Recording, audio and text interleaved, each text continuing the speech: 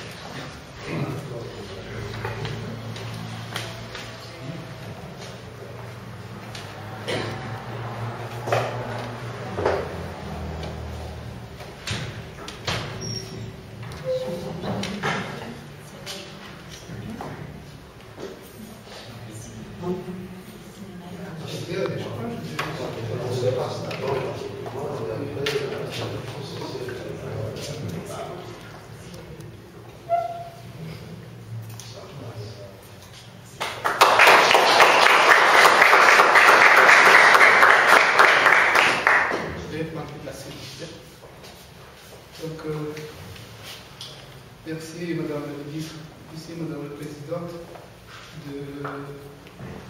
d'avoir bien voulu donc procéder à cette signature. Là maintenant, comme j'ai annoncé au début, je voudrais bien donc demander à Madame la Présidente de l'association Aïn France Avenir de prendre la parole.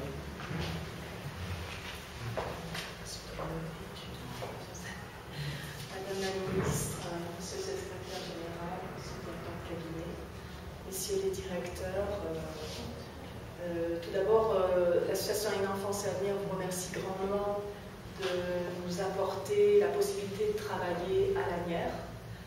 C'est une aventure qui a démarré il y a un petit peu plus de 2 ans avec Madame la Ministre Nadine qui a beaucoup vraiment aimé ce projet.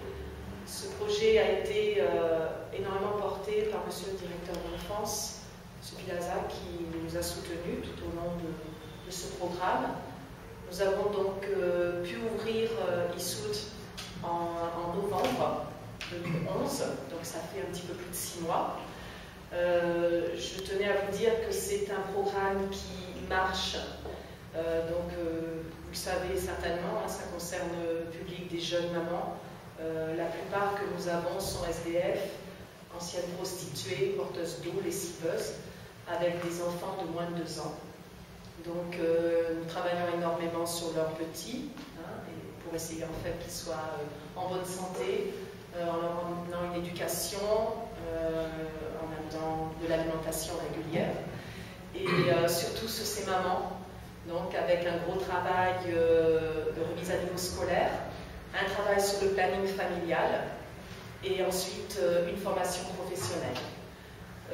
Au jour d'aujourd'hui, nous avons 38 mamans et 40 bébés, le plus petit à 5 jours, le plus grand à 2 ans. Et bon, la place est restreinte puisque nous avons arrêté à 40. Ce que je tenais à vous dire, Madame la Ministre, c'est que nous avons eu que 3 abandons. Donc pour nous, c'est très très peu. Et encore, c'est une pression de la famille.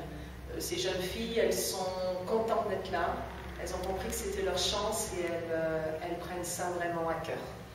Donc nous allons ouvrir l'Anière. C'était aussi un souhait de Madame la Ministre, qui souhaitait qu'il y ait aussi un lieu, comme les crèches solidaires, mais en milieu périurbain, en milieu rural.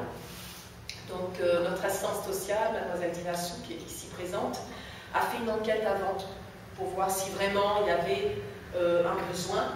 Le besoin, il est qu'effectivement, il est là. Ces jeunes filles attendent, sont très précises dans leur attente. Elles attendent une formation en agriculture périurbaine et en artisanat. Donc nous allons partir sur ce qu'elles demandent. Par contre, ce sont des mamans qui sont très jeunes mais qui n'ont pas un seul enfant. C'est-à-dire qu'on a pas mal de jeunes filles qui vont rentrer à l'Anière à 18 ans, qui ont déjà 3 enfants. Donc on va beaucoup travailler aussi sur le planning familial.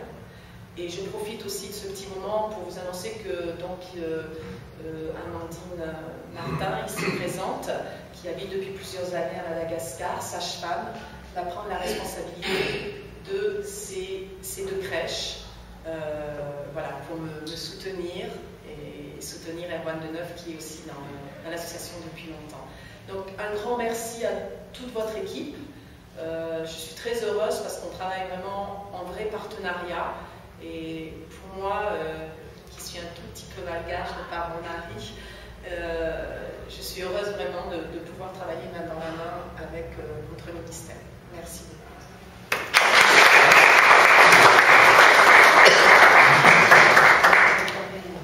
Merci Madame la Présidente. Maintenant, donc, après cette allocution, nous invitons, Madame la Ministre de faire son allocution. Madame la Ministre.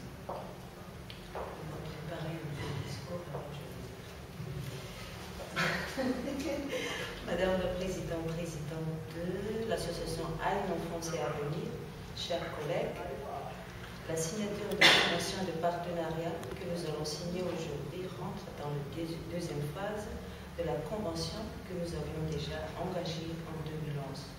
Je me souviens que ma nièce Nadine Ramaousson a déjà signé avec vous la première convention se rapportant au projet crèche solidaire en 2011 et dont la première inauguration a été réalisée le 9 mars 2012 à Ichouch.